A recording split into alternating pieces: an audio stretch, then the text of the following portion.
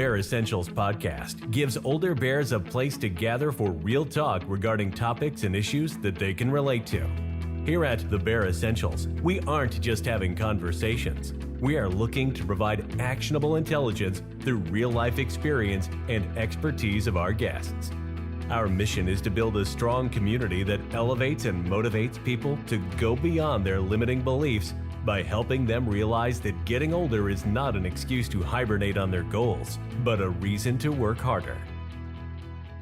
Hi, everyone. Thanks for tuning in. I'm your host, Charles Wallace.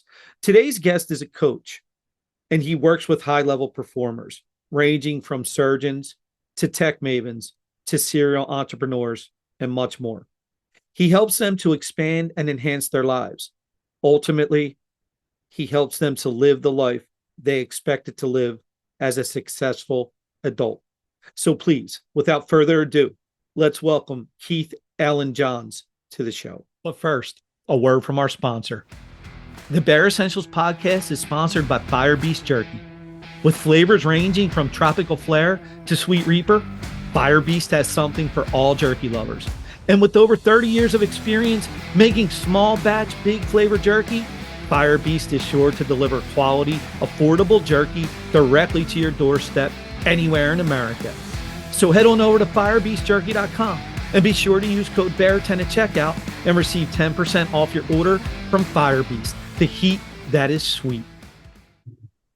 Hey Keith, how you doing, man? Thank you for joining. I really appreciate it. Thanks. Good. I'm really excited for this conversation. It's good to get to talk, Charles. Yeah, I've followed you a little bit now on LinkedIn. I see some of the stuff you got going on, and I was excited also to get you on here and have a conversation. I think you're doing and what you're doing is something that a lot of us would like to be doing. So I think this will be a great conversation. So how about you introduce yourself to the audience? Yeah, my name is Keith Johns. I live in Charlotte, North Carolina.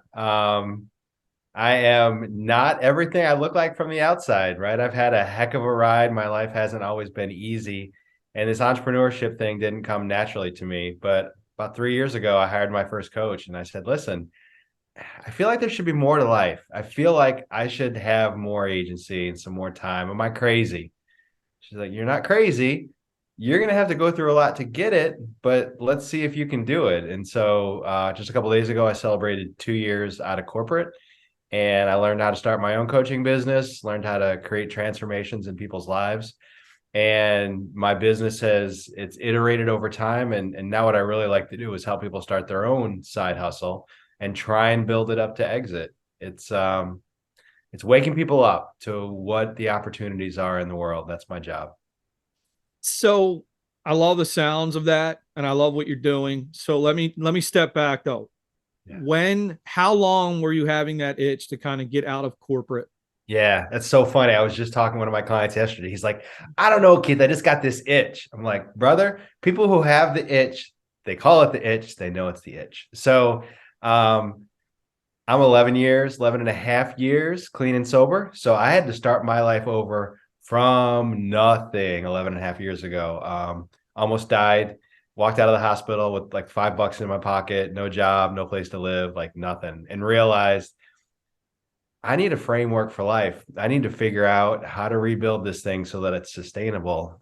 So I got the tools I need. So I got therapy. I went to AA. I started getting back into the job market, had to explain myself, like, why is this on your background report? And I had to talk through that and got my first job in recovery. I was working at a small Catholic university. I was surrounded by nuns, which is a perfect place for someone in recovery, right? My mom thought it was hilarious. And then I decided I wanted a little warmer climate to live in, and I moved to Charlotte, North Carolina, got a job at a tech company, and started repeating what I had done before. I started climbing the ladder. This time it'll be different, right? Because I'm a different person. I'm building a family. I love where I live. And then one day I got a very strong sense of just kind of being a fraud. And I didn't like that feeling. I didn't like the juxtaposition of being at high level leadership, being a COO, being looked at by this whole company of people. And while I gave 1,000% my full effort. I meant what I did and I gave everything I had. I still didn't feel like I was fully present. It Mm. wasn't lighting me up and they weren't getting all of me. And at the same time, I was driving an hour from the Charlotte suburbs all the way down to the South End and back. So it was hour down, hour back, leaving at 5 a.m., getting back at 5 p.m. Mm. So I'm feeling a little bit like a fake at work. And then because I started my life a little later than a lot of people did, I had a son, right? So I'm 45 years old and there's a little one running back and forth, running back and forth. And I'm like, I'm going to miss that. And brother, I missed the first 35 years of my life because I was such a wreck. I'm not going to miss the next 35 and I'm not going to miss the years with him. And so I thought, well, shit, what does that have to look like? How do I opt out of what I've plugged into? Mm. And that's how it all started. Man, you know, I think there's a lot to your story. Obviously, the whole recovery aspect. I think that just that in itself shows a lot of people because you know you see it also on LinkedIn and stuff, Keith. Right? Yeah. There's a lot of people that are broken, Yeah. but you're a great example of you don't have to be. There is hope. You can do more. And then I really like what you said about, you know, even though starting a little later in life, your son, I really love the way you talk that through with little one running around Yeah. and thinking about not wanting to miss it. So I think the intentions you had there are perfect, right? You don't want to miss out on this next stage of your life. So Yeah. knowing you don't want to miss out though, Yeah. I hear a lot of people, right? Some people will say, I just hell with it. I'm going all in. Were you strategic? Did you Yeah. plan it? How'd you do it? I was, and by the way, let there be no doubt, I am not a saint. There was a little bit of rebel in me, and there is some selfishness in there. I wanted to be in charge of my time. So, yeah, I wanted to serve others. I wanted to be there for my family. I also wanted to finally own my life, Mm, right? But I had major responsibilities and I didn't know what I was doing. mm, So, I love my parents. My dad was a truck driver. My mom was a cleaning lady. I've got blue collar roots, right? Where they mhm, were not entrepreneurs. So, it wasn't going to come naturally to me. At the same time, I had a very real set of financial commitments. I've got a mortgage. I've got a couple car payments. My wife's disabled, so she doesn't work. So I'm the sole breadwinner. So I could not walk into my wife and say, guess what, honey? I just resigned from my executive position. I'm starting a business. I had to say, here's what's going to happen. I hope I'm going to spend the next 6 to 7 months, and you might not see a lot of me. Now it's going to be temporary. I'm going to be working in the cracks. I'm going to be working on my business from 5 a.m. to 8. I'm going to be doing my normal job from 8 to 4. And then I'll probably do a little bit more work on my business. And yeah, it means I'm going to be working 4 in the morning till 5 at night. mm, But I'm going to see if I can start to make $1. mhm, Then can I make 5,000 in a month? And then can I make 10,000 in a month? And I said, if I come to you in 6 months and I've figured out how to make 10,000 a month and I've got enough of a nugget saved, I think I'm going to quit my job. mm, And I said, if I do this right, you shouldn't notice anything change at home other than I'm here and not there. You mhm, shouldn't sense tension around finances. You should no problems with bills. This should just go very smoothly. And that was the vision I set with my coach. You build a plan, you work back from there. Scary thing happened. A month ahead of schedule, I'd hit my marks. mm, I went to my coach and I said, I got good news and bad news. She's like, what's that? And I said, well, that checklist we made, the mm, checklist of things that need to be true for me to quit, they're all true. Well, what are you going to do now? It's like, mm, oh my God, now I have to quit my job. mm. That's when it got real, right? That's when it got real. Man, well, good problem to have though, right? No doubt. No Man, doubt. so did you quit at that point? So that happened 2 years ago over the holidays. Um, and after New Year, I went to my CEO and I tendered my resignation. I put in a 4 week notice. And I felt pretty good then.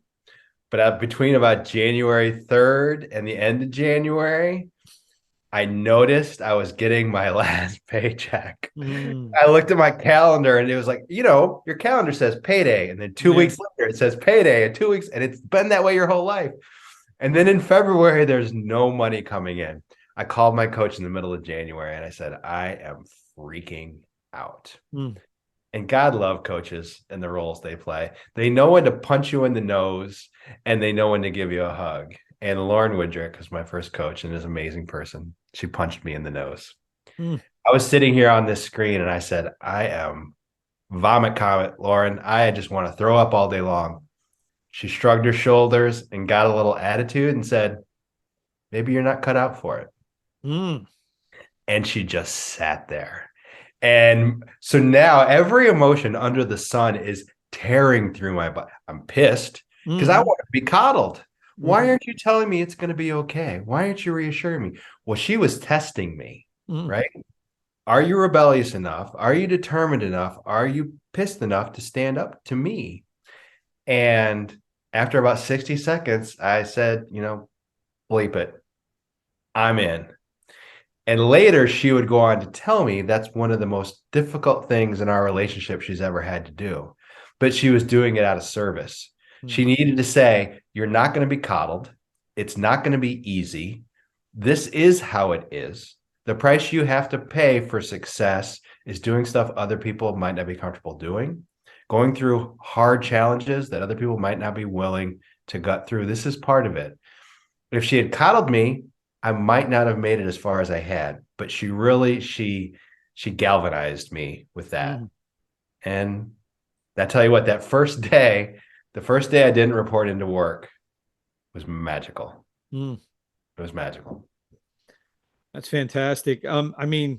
It's, that's a tough thing. As you're saying that, I was trying to put myself in your Yeah. position and how, because Keith, I swear I would be feeling the same way you are. Yeah. I probably would be in my mind saying, I might not do this. I might go back. I might go see if they want to keep me. But I was trying to visualize how I would have reacted. But yeah, Yeah. I think it says a lot about her, but also a lot about you that you reacted the way you did. So, all right. So now you don't report to work. Now Yeah. you're your own boss. You have your own business. So now let's ask this. Why does anybody want to hire Keith? Yeah. Gosh, that's a great question. One of the big breakthrough I had when I was first talking to Lauren, and she said, "Well, what brings you joy?" Because I didn't know what I wanted to do. I just knew I wasn't happy. Do I just need a new job? In fact, I looked for a new job for a little bit. Is that going to be the answer? She said, Mhm. well, what do you like doing? And I said, I had an amazing mentor. And he's the first person I ever experienced coaching with. And coaching is different than managing, it's different than mentoring. This guy stood up in front of this group of executives I was in, and he asked really challenging questions and he never gave answers. And it made me uncomfortable and it made other people uncomfortable. And then we solved problems together. I'm like, what is that thing you're doing? His name was Bill Griswold. Why aren't you telling us you're the expert? Give me the answers. He's like, no, you got to find the answers on your own. How do I know? And he got really good at asking questions. And so without knowing what I was doing, I took that back to my Mm, office. When my direct reports started walking down the hall, I stopped giving them answers because, boy, that was stressful. When someone brings you a problem and you're like, I got it, and you put it in your backpack and you try and solve it for them. By the way, I had all my own problems and I'm taking on my direct reports problems. I mhm, started asking them questions and empowering them to go figure stuff out on their own. At first, a couple of them got really pissed. You're doing that coaching thing, aren't you? But then next week, they'd walk down the hall and they're glowing. What's up? I figured it out. mhm, And that felt good to me twofold. One, I helped them grow and be more independent. Two, I stopped taking on their problems and trying to be their hero. mhm, And so I told Lauren, she said, what brings you joy? I said, oh, those growth moments. When someone walks out of my office and they're more prepared to do their job and be a human, like there's nothing like that. She's like, why don't you do that the whole time? Okay, I'll try. And I think I benefited just from almost like ignorant stubbornness. Like I don't know what I don't know, so I'm just going to go do what I'm told. And she told me what I needed to do. And I think a gift the universe gave me is the ability to listen and empathize and create space with another human being Mm. in a way that most people, they're not willing to let themselves disappear so that another person can be heard. And I think that's at the core of everything that I do. My first program was leadership development for people in tech, and then that morphed into more of a transformational career coaching thing I did for a while. That's what helped me get out of corporate. But then I realized once I got out of corporate, it was really difficult for me to say I'll be your career coach, Mm. because my heart wasn't in it. And I Mm-hmm. thought, you know, what I would rather do is help people explore entrepreneurship, because I feel like I learned my lessons, a lot of them the hard way. You know, I came from essentially nothing. If I can do it, maybe you can do it too. But at the very least, what's going to happen to you? Because I don't think you can become an entrepreneur without significant internal transformation. So whether your side hustle takes off, whether you're able to exit corporate, you're going to learn things about yourself. You're going to grow. You're going to expand your knowledge and your skills in ways that are going to shock and amaze you. I had a client sign on for 6 months with me in a desire to start his side hustle. 4 weeks in, he said, I've already got my money's worth. Mm. We hadn't even started to work on his business yet, because I always start with the inside work, Mm-hmm. right? Because what's going on out here is a reflection of our mindsets, our beliefs, our thinking patterns. Is where it all begins. So no matter what, when you work with me, that's what happens. And you know, if you kick ass, you might just be able to exit corporate. I've had a couple of people leave their jobs, and that's exciting. Not everyone makes it. It's not easy, right? It's not easy. A differentiator for me is I like you to start a business that aligns with your purpose. Mm. I want you to be really excited about what you do and who you serve. And that's different than just starting any old side hustle. Man, as you were speaking, and you know, this may be good or bad for you, but I see a lot of similarities in you that I think we share a lot of similarities Yeah. in some aspects. Yeah. And like I said, I don't know if that's good or bad for you, but it's I see those similarities. And it's funny as you were talking about that direct report thing. I kid you not, I was probably on a call not that long ago where Yeah. I was talking about that and it's a very similar approach that I would take in my corporate life. So I really like what you said though about the transformation has to start from the inside. I mean, I firmly believe that. I think everybody always worries so much about what's on the outside that they don't realize you gotta have it radiate from the inside out. So as of now, for what you're doing, what you left corporate, you're doing this now. So I want to give you this one. What's what's the future? What's the future for Yeah. Keith? I'm sure your goals are expanding, right? So what are they? They are. I'm excited about this question because um, I repeated year two and year one. I did the same things and I got the exact same results. And that's okay because I think I was still learning. Mhm. So, you know, revenues and sales between 200, 250,000 across the 2 years. Um, and I feel like in year three, I finally kind of understand what I'm doing and I'm really ready to take it to the next level. And I was sitting here one day and I was thinking about what the common denominators are between all the people I've coached. And that internal work, it has always been kind of the warm, gooey center every time. And I thought about that and I thought, what if that were its own product? What might that look like? And I had a piece of paper next to me and I wrote something down. It popped out of my head, like, you know, it came from wherever. And I wrote quantum life formula at the top. And I Mm. put down this little formula. And I looked at it and I thought, well, that's ridiculous. So you're taking spiritual mindset teaching and you're creating a formula out of it. That is totally paradoxical. That's nonsense. All right, whatever. And you know, you push that napkin aside. Mhm. And then I showed it to someone and I talked to someone about it. And they said, oh God, that's good. Mm. You're kidding me. Really? You think they're like, I know exactly what you mean by that formula, and you should be teaching that. And then you socialize it with someone else, and they're like, oh, that's good. And I'm like, did I just accidentally discover like the third phase of my business? Mm, Did what I do. I said, what the hell? Right? Listen when the universe drops things, especially when people you respect say, why aren't you doing that? You go do it, whether you know what you're doing or not.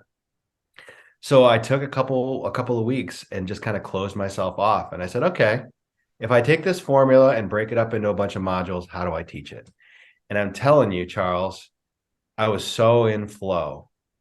I was so in flow that as I wrote this program, I read it later and I thought, who in the hell wrote this? Because it didn't feel like me. It's like it came from outside of me. And I think when we're doing work that's our highest and truest calling, that's how it feels. It feels mm, like I didn't do that. The universe just used me as a vessel. And I got some help. I'm like, all right, I need 4 or 5 first clients. I socialized it with some groups I'm in and landed a couple amazing people. And I was like, all right, y'all, you're the beta group. I mm. am winging this. I'm telling you up front, we are going to build this together. And they absolutely loved it. They absolutely loved it.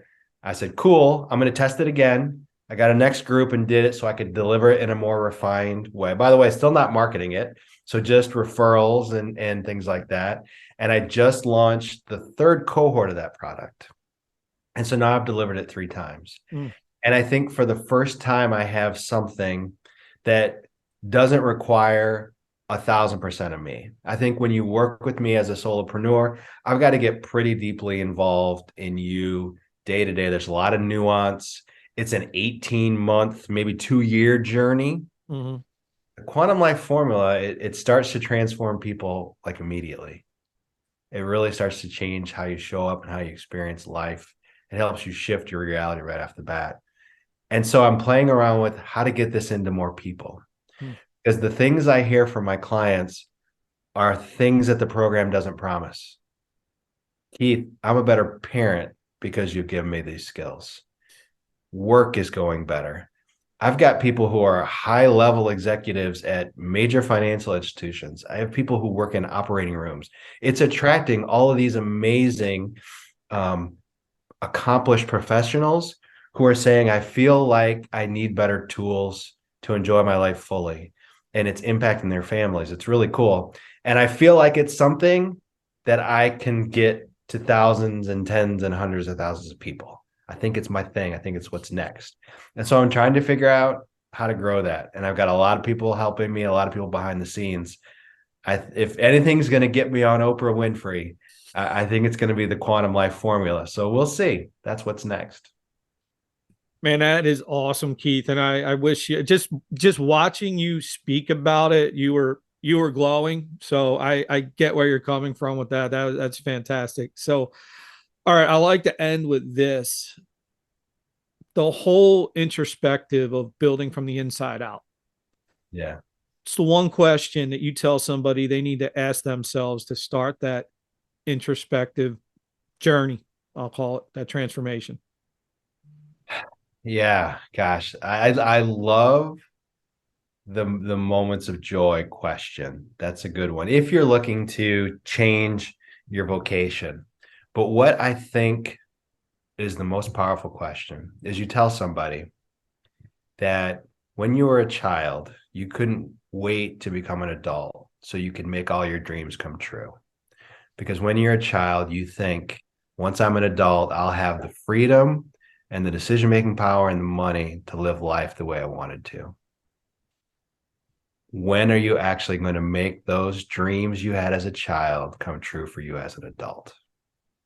And it's today the day when you take that step. Because what happens is we get on the conveyor belt of life, we graduate college, we get a job, we get married, we have kids, and we hit 35 or 40 like I did, and we go, is this it? That is when you have an opportunity to take that next 20 or 30 years of your life and do it on your terms.